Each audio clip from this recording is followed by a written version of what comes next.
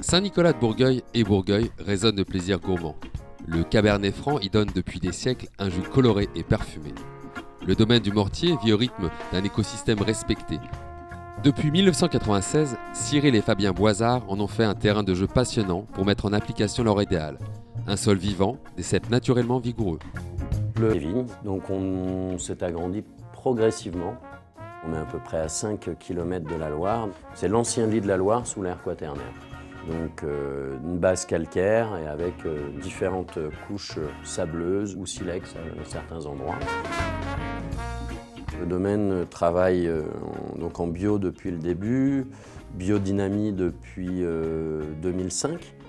Et ensuite, en vinification, on est là juste pour accompagner. On essaye de travailler sans aucun intrant, donc on ne levure pas, on ne désacidifie pas, on ne rajoute pas de sucre. Donc on essaye de faire en sorte que le raisin issu de nos parcelles s'exprime au mieux et le plus librement possible. Sur les vins d'appellation, on prend nos cuvées plutôt par date de maturité. Donc ça correspond à des types de sols, en fait, de terroirs bien particuliers. Donc on a toutes les vignes qui sont dans la zone alluvionnaire, sédimentaire, donc qui sont la cuvée chez nous qu'on appelle les sables. Globalement, on est plutôt sur des cabernets francs sur le fruit, assez facile, avec des tanins plutôt souples.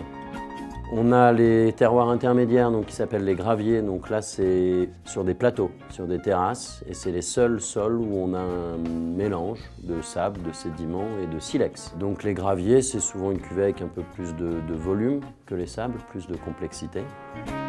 Et après, on a 3 parcelles de vieilles vignes sur les coteaux, donc en lisière de forêt, qui sont là sur des sols argilo-calcaires. Et on a nos cuvées les plus structurées. Et sinon, donc, sur les vignes de Brin-sur-Alonne, ce sont donc les cuvées qui s'appellent Brin de Folie.